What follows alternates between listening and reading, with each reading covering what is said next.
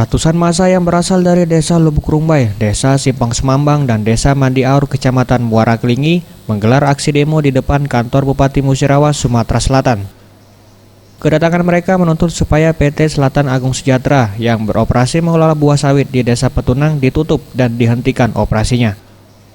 Permintaan penghentian operasi tersebut diduga menyusul aksi adanya dugaan perusahaan yang membuang limbah perusahaan ke Sungai Kelingi dan menyebabkan ratusan ikan mati dan warga terkena dampak penyakit gatal-gatal. Ratusan warga yang mendatangi Pemkab Musirawas ini sambil membawa spanduk yang bertuliskan meminta Bupati Murah mencabut izin menutup PT Selatan Agung Sejahtera karena dengan sengaja membuang limbah ke Sungai Kelingi. Massa juga meminta pihak perusahaan untuk bertanggung jawab menanggung pengobatan warga yang mengalami gatal-gatal yang mencapai 100 orang lebih.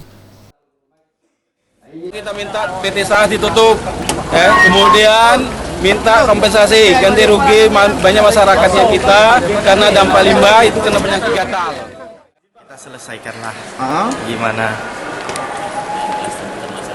Yang penting tuntutan masyarakat ya kita ada itikat baik, Pak. Kita ada itikat baik, ya kita lihat.